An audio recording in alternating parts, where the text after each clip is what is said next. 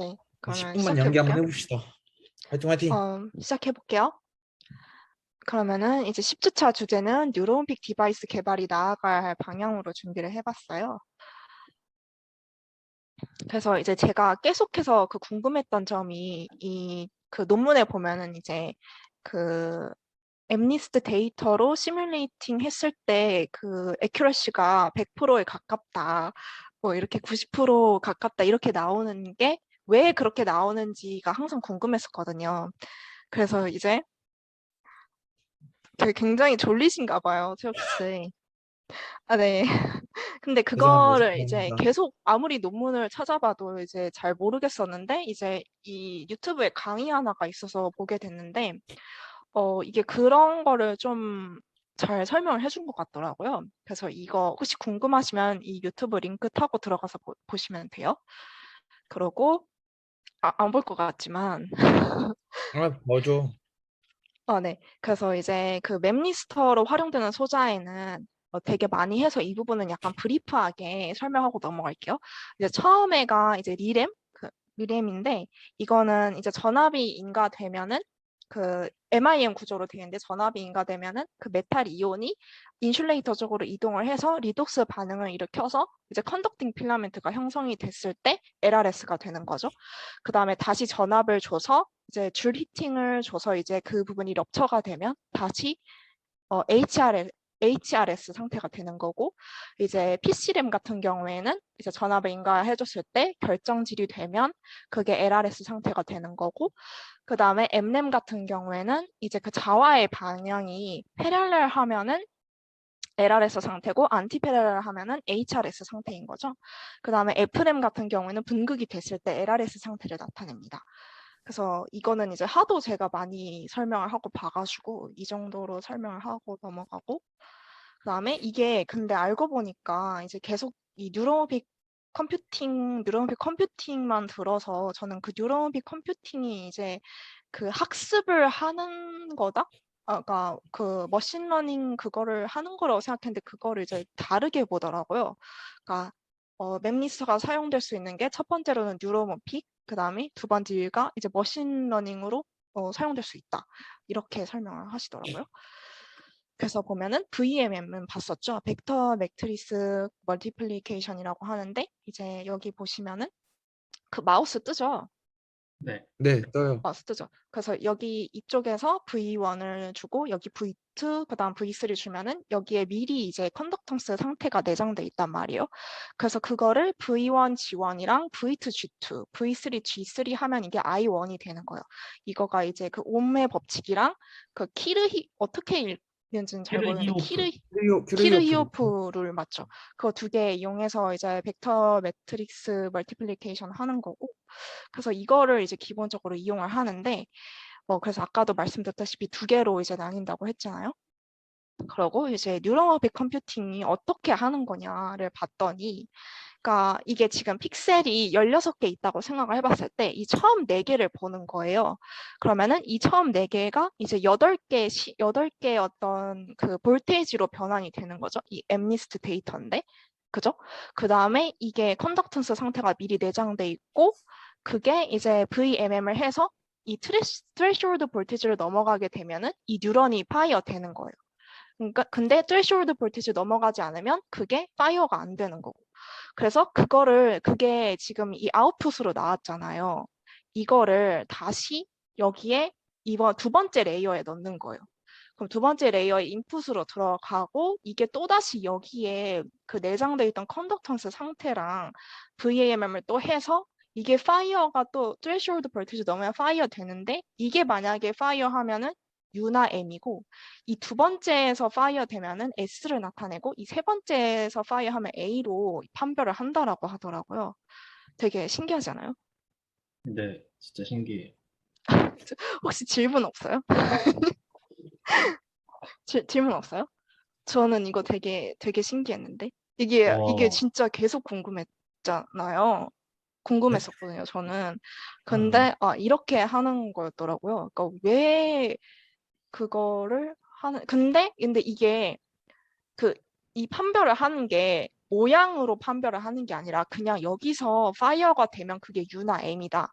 여기서 파이어가 되면 S다. 여기서 파이어가 되면 A다. 이런 식으로 한다고 하더라고요. 이거는 좀 비효율적이지 않나라는 생각도 드는데 뭐 어쨌든 이렇게 한다니까. 그렇고 이제 이거는 이제 위에랑 똑같이 뉴럴픽 컴퓨팅인데 이거 같은 경우에는 리서비어 컴퓨팅이라고 하는데 이거가 어떻게 되냐면은 이 데이터를 아까는 픽셀을 4개로 나눠서 그 볼테이지로 변환을 했었는데 이거는 이 픽셀을 이렇게 쪼개가지고 평행하게 다 눕힌 거예요. 이렇게. 그래서 이게 이쪽이 이제 110개의 데이터가 있는데 가로가 그다음 세로가 이제 4개 이렇게 있는데 그거를 다 맵리스터에 이렇게 연결을 한 거죠. 그래서 이 맵리스터에 연결을 했을 때 이게 또 다시 또 볼테이지로 이제 이 컨덕턴스 상태가 변환이 돼요. 여기서 이 부분에서. 근데 이거를 또 다시 인풋으로 넣어주는 거예요. 그러면은 그러니까 여기 이 인풋 상태가 이 옆에 있는 그림이라고 보시면 돼요. 저도 이게 뭔 그림인지는 모르겠지만 어쨌든 이 110개의 그 컨덕턴스 상태를 나타내는 것 같아요. 그래서 그게 이제 다시 또 인풋으로 들어가서 또 VMM을 수행해서 여기서 또 파이어 되는 걸로 판별을 한다라는 거죠. 어쨌든 제가 이해한 바는 이렇고요. 또 그래서 그 다음은 이제 머신러닝이죠. 이게 뭐냐면은 이거 저번에 그 민수가 했던 논문이잖아요. 이분이 이 논문을 쓰셨더라고요. 그래서 이제 그 민수가 그 발표했던 논문을 이제 다시 봤는데 이제 이 머신러닝에 사용되는 거는 이제 3개의 레이어로 구성을 한다는 거죠. 인풋 레이어, 히든 레이어, 아웃풋 뭐 이렇게 하는 것 같아요. 그다음에 이제 머신러닝에서 그때도 봤다시피 이 봉이 넘어지지 않게 그러니까 처음에 넣은 데이터는 X, DX, D세타, DT 이런 데이터고 이거를 VMM을 수행해서 이 결과값이 나오고 이걸 다시 인풋 레이어로 넣어서 그 다음에 또다시 아웃풋이 나오고 이걸로 해서 이 결과가 이제 봉이 넘어지지 않으면 보상을 받는 형식의 머신러닝 딥큐 러닝을 이용하는 거고 그래서 보시면은 이 처음에는 나중에는 이제 그 X가 유지되는 상태가 되게 길어지고 그 다음에 이 세타도 이제 처음에는 이제 끝까지 많이 이렇게 누웠다가 나중에 가서는 좀 이제 중간 상태에서 진동하는 상태를 보이고 근데 여기서는 이제 갑자기 막 들쑥날쑥한데 뭐 이거는 저도 모르겠어요. 응애 나아기 학부생이니까. 그러고 이제 그 네. 중간중간 쓸데없는 드립은 자제해 주실 수 제가 방금 아, 죄송합니다. 네. 네.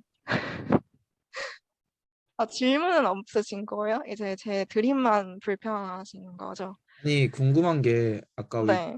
위에서 네. 그 레이어 3개로 네. 구성된다고 했잖아요. 네. 그럼 그냥 아까 이거 질문하셔야 되는 거 아니에요? 그 질문하려고 죄송해요. 했어요. 네. 네. 해주세요. 근데 밑에 보면은 네.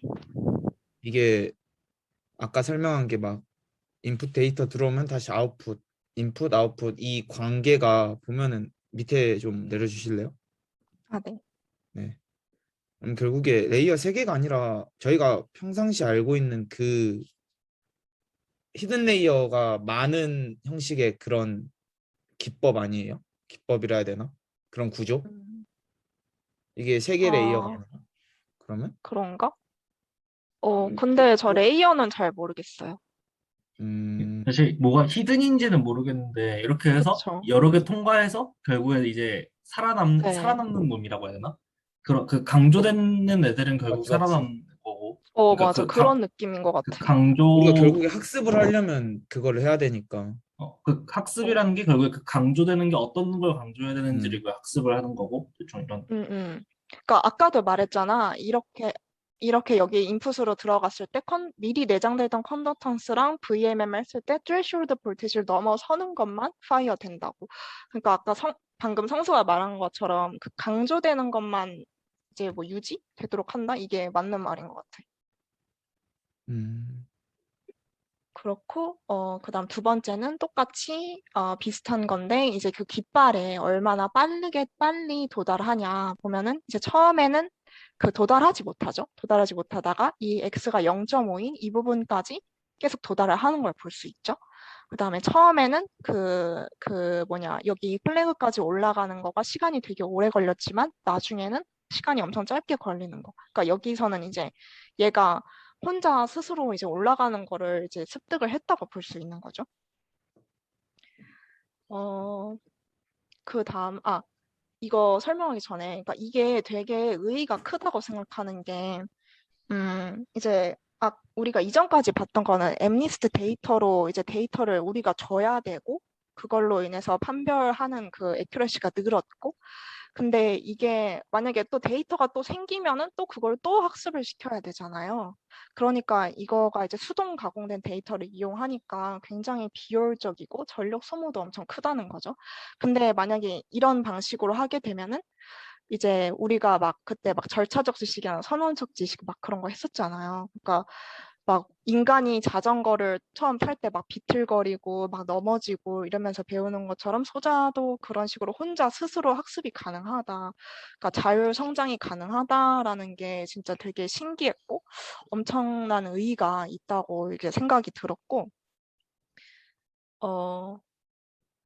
그래서 이제 여기까지는 이제 제가 그동안 궁금했던 이제 소자를 어떻게 학습을 시키는지 그거에 대해서 조금 한 발 다가갔다고 생각은 하는데 아직까지는 솔직히 배워가야 될 게 되게 많다는 생각이 들었고 아직도 좀 난해한 부분이 있고 그러니까 저는 혹시 저는 또 궁금한 게 뭐냐면은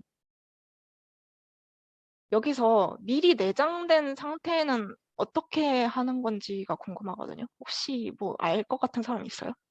그 내장된 상태라는 게 음. 그 이 강조 뭐라 해야 되지? 어찌 보면 이 어떤 걸 강조해야 되는지가 이미 내장되어 있다는 걸 말하는 거 아니에요? 음, 근데 그, 그거는 이제 뭐야 이제 맵리스터로 주로 쓰이는 게 알렘 그래서 그 이제 그 저항값이 스위칭 되는다는 걸 말을 하는데 이제 결국 강조된다 뭐라 해야 되지 강조된다는 건 이제 여러 번 받아서 이미 저항값이 낮아진 상태라는 거 아닌가? 음. 나 말해도 돼? 어. 음. 응. 그 성수 말이랑 비슷하긴 한데 그냥 그 개념 아닐까? 리드 라이트 0 일값을 배열을 하는 거니 결국 이것도 그 하나하나가 그걸로 디지트로 판단을 해야 되는 거니까 예, 우리가 이거 메모리 소자잖아.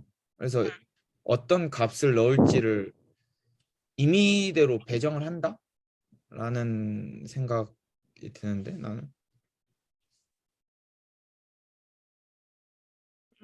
임의로 배정을 한다는 무슨 말이야? 아니 그러니까 그 세팅 값이라고 하지 세팅 값 같은 거 아닐까 그냥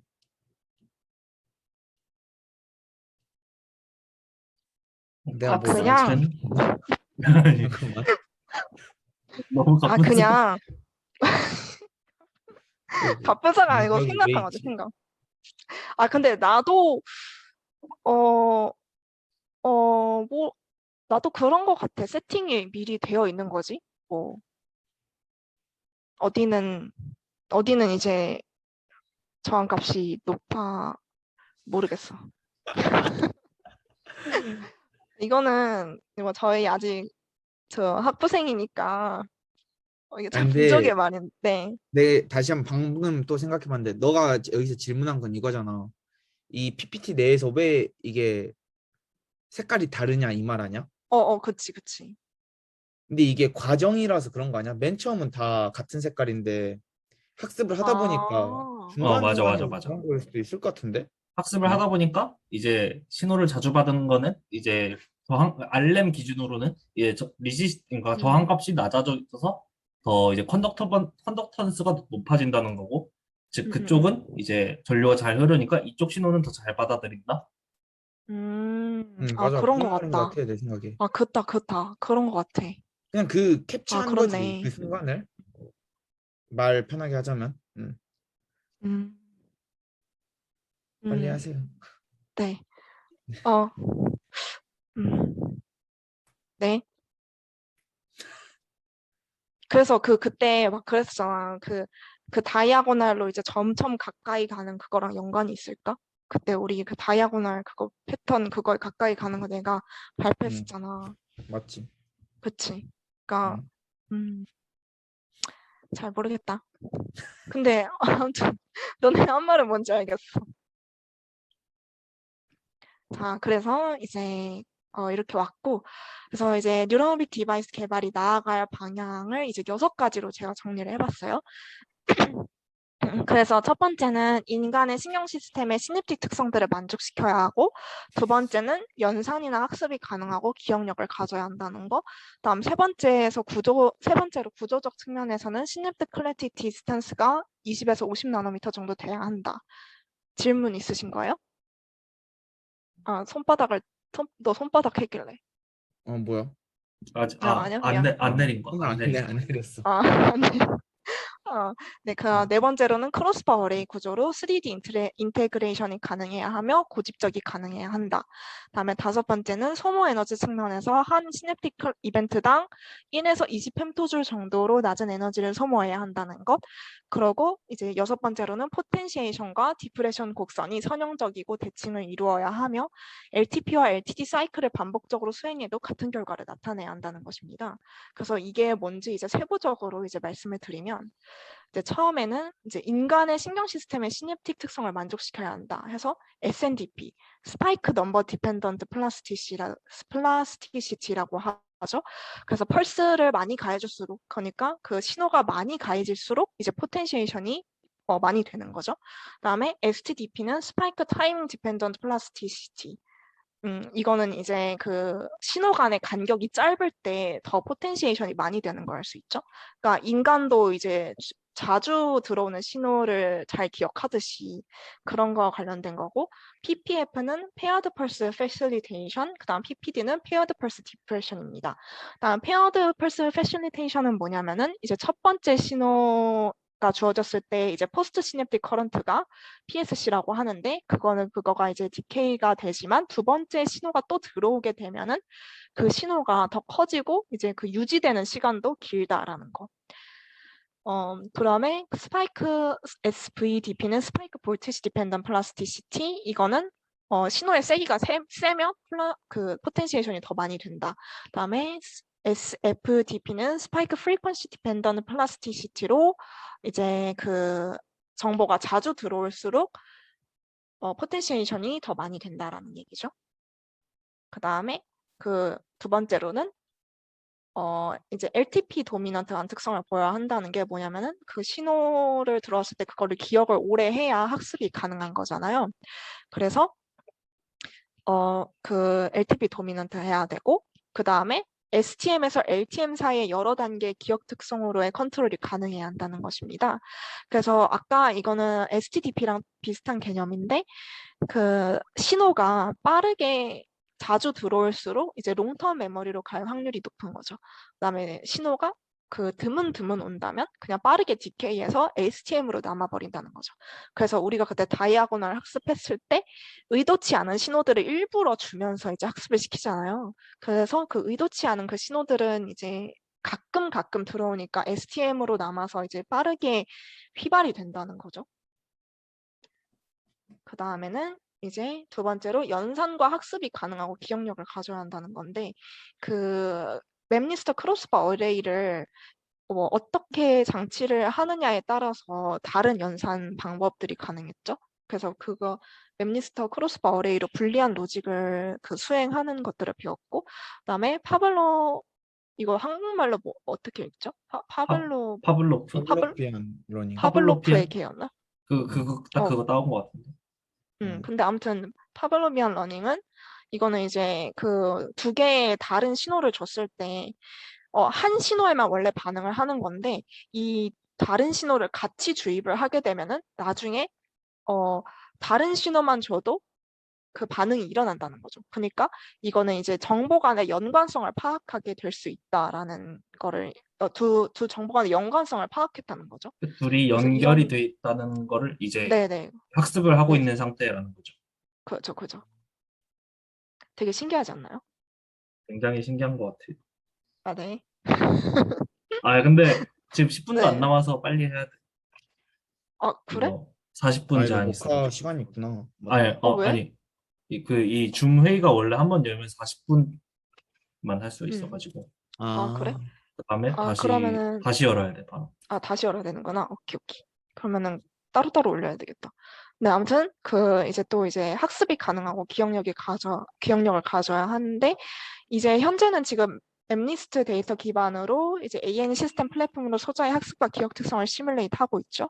근데 이제 가까운 미래에는 이 애큐러시가 100%에 가깝도록 하는 디바이스를 디자인하는 정도로 해야 되지만은 아까도 말했다시피 이거는 되게 그 비효율적인 방식이잖아요. 데이터를 줘야 되고 지속적으로 다시 업데이트 시켜줘야 되는데 근데 이게 점차적으로 이제 스파이크 뉴럴 네트워크 기반 훈련이 가능한 플랫폼이 만들어지면은 그리고 그거에 맞춰서 소자가 작동할 수 있는 스트럭처가 디자인되면은 정보가 이제 주어졌을 때만 소자가 이제 학습을 하는 거죠. 뭐 예를 들어서 시각 정보가 딱 주어졌을 때, 뭐 아니면 뭐 청각 정보가 딱 주어졌을 때 인간처럼. 그래서 이거를 이제 할 수 있는 방법은 뭐 자극 감지 센서를 내장한다던가 하는 방식으로 할 수 있을 것 같아요. 뭐 예를 들면은 그 픽셀 데이터가 아니라 뭐 UV 이미지 센서 같은 걸 이용해서 그 이미지를 이제 센서로 이제 볼테이지로 변환을 해서 그걸로 인해서 학습이 가능하도록 한다면 이제 SNN 기반 훈련이 가능한 거고 이게 좀 더 인간의 브레인 인스파이어드 컴퓨팅에 가까운 거라고 할 수 있겠죠. 그러고 이제 세 번째로 이제 구조적 측면에서 시냅틱 클레프트 디스턴스는 20에서 50 나노미터 정도가 돼야 된다는 건데 이거는 왜 그러냐면은 그 인간의 신경 시냅스 간 간격이 이 정도 되기 때문에 이거를 해야 된다는 거고 그다음에 네 번째로는 크로스바 어레이 구조로 3D 인테그레이션이 가능해야 한다는 겁니다. 그래서 이걸로 가능하려면 아까 그리고 20에서 50 나노미터라고 했잖아요. 그러니까 그 정도를 만족시킬 수 있는 패터닝 기술이 있어야 되는 거고 그다음에 다섯 번째로 소모 에너지 측면에서 한 시냅틱 이벤트당 1에서 20펜토줄 정도로 낮은 에너지를 소모해야 된다는 것입니다. 그래서 이거는 이제 아까도 말씀드렸다시피 주기적으로 데이터를 주는 게 아니라 이벤트 드라이븐 작동 방식으로 해야 이 로우 에너지 컨섬션 조건을 만족시킬 수 있다는 거죠. 그다음에 좀 봐주지. 맞아요. 수혁 씨 진짜 아니, 집중을 못해요. 아니 아니, 손 들었었잖아요. 손 아 죄송해요. 들었는데 죄송해요. 이 아 양반을 제가 무시하고. 네네. 아, 질문이 뭐예요? 그, 네. 20에서 50 나노 쪽 가주세요. 아 네네. 그럼 이게 어떤 이점이 있는 거라고요, 이게? 20에서 아 50 나노. 이거는 이제 20에서 50 나노미터 되면은 음, 무얼스로 아시잖아요. 네. 그러니까 고집적이 가능하다는 거죠. 그 어, 그러니까 고집 인간의 시냅스간 간격이 20에서 50 나노미터 만족하는데 이거대로 하면은 이제 작은 소자를 구현할 수 있고 뭐 그거는 이제 그 코스트와 연결이 되는 거겠죠? 인간 뇌만큼 작은 네. 부피로도 큰 이걸. 그럼 네네. 이렇게 집적도가 좋으면 네. 저전력이 구현이 가능하다는 걸로 가도 돼요? 그런 생각이 맞나? 아 근데 저전력은 음, 어 뭐 이것도 영향이 있겠지? 근데 저전력은 아까 그게 핵심인 것 같아. SNN, 스파이크, 그러니까 정보가 주어졌을 때 소자가 작동이 돼야 되는 거. 그러니까 현재 컴퓨터는 이제 주기적으로 데이터를, 그러니까 일정한 시간마다 페리오디컬리하게 그 정보를 읽는데, 근데 이거 같은 경우에는 이제 정보가 주어졌을 때만 하면 되니까 훨씬 저전력이 가능하다는 거지. 그래서 이걸 이벤트 드라이븐이라고 하더라고. 음. 그러니까 그게 저전력의 핵심일 거야. 그러고 그다음에 그 인메모리 컴퓨팅. 그거 CPU하고 메모리 간의 병목 현상 없는 거. 그럼 이게 약간 엣지 디바이스 만드는 조건 같은 거네? 어, 그거랑 다른 건가? 엣지 디바이스는 그거지. 인메모리 컴퓨팅 그거랑 관련된 그러니까. 거 아니야? 어. 엣지는 그러니까 CPU하고 메모리가 가까운 거고, 근데 아, 그래? 인메모리 이거는 이제 인메모리는 이제 그 안에 같이 들어가 있다는 거지. 음. 그래서 그게 이제 저전력 구동인 거고, 뭐 이것도 뭐 사실 뭐 작으면, 집적도가 작으면 뭐 당연히 뭐 에너지 소모도 좋겠지? 됐나요? 네. 그러고 그 다음에 이제 포텐시에이션과 디프레션 곡선이 선형적이고 대칭을 이루어야 한다는 건데, 이거는 그러고 이제 LTP와 LTD 사이클을 반복적으로 수행해도 같은 결과를 나타내야 된다는 거예요. 그래서 이게 왜 포텐시에이션과 디프레션 곡선이 선형적이고 대칭을 이루어야 되냐면, 이게 실제로 데이터가 선형적이고 대칭적인 게 가장 정확도가 좋죠. 그리고 학습을 하는 횟수에 따라서 그 애큐러시가 높아지잖아요. 그래서 이렇게 선형적으로 돼야 된다는 거예요. 그러고 이제 제가 생각해 본 바로는 아까 이제 컨덕턴스 상태가 저장이 어떻게 되느냐에 따라서 파이어가 되는 거였잖아요. 다음 신호로. 근데 네. 그게 이렇게 막 곡선 형태로 이렇게 되면은 그 막 그 두 개의 컨덕턴스 상태의 차이가 너무 미묘하잖아요. 그래서 그 데이터를 구별을 잘 못하는 게 아닌가라고 제가 생각해 봤거든요. 음. 네. 근데 아무튼 어쨌든 선형적이고 대칭이어야 좀 정확도가 제일 좋게 나온다라는 거. 그리고 이제 뉴러빅 디바이스가 가지는 임팩트는 이렇게 세 가지가 있을 수 있는데, 아까 말씀드렸다시피 지금 AI 기술은 수동 가공된 대용량 데이터를 이용하기 때문에 지금 한계에 도달해 있는데, 이런 식으로 혼자 이제 정보를 습득하고 SNN 기반으로 데이터를 학습시킬 수 있게 되면 이런 한계를 돌파할 수 있다는 거죠. 그리고 이런 디바이스가 개발되면 아까 말했다시피 절차적 지식을 혼자 스스로 습득을 하는 그런 진정한 인공뇌의 구현이 가능해진다는 거. 그 다음에 또 아까 말씀드렸던 메모리와 CPU가 한 소자에 같이 있어서 인메모리 컴퓨팅이 가능해서 지금의 이제 폰노이만 아키텍처 한계를 돌파할 수 있다는 거죠. 어, 그래서 1분 남았는데 나갔다가 다시 네. 들어올까? 아니요, 이제 아니요. 끝난 거지? 끝났어요. 네. 아, 그러니까 엄청난 이런 잠재력을 가졌다는 거고, 이제 뉴로빅 소자가 뭐 이렇게 이점을 많이 갖고 있지만 사실 그 경쟁적인 기술이 되게 많아요. 엣지 컴퓨팅도 있고, 또 뭐 계속 물리적으로 스케일링 다운도 되고 있지만, 이제 이게 이제 이 분야가 이제 살아남고 이제 저도 밥 벌어 먹고 살려면은 이제 이 뉴로빅 소자가 모사해야 되는 그 범위를 이제 잘 설정을 해야 된다는 거죠. 진짜 꼭 써야만 하는 이유를 찾아야 하는 거고. 네, 그래서 저는 아무튼 뉴런빅 소자가 개발이 나아갈 방향은 이렇습니다. 넘기자. 네, 네, 할게요. 어, 네. 종료했다가 다시 켤게요. 다시 네. 올릴게요.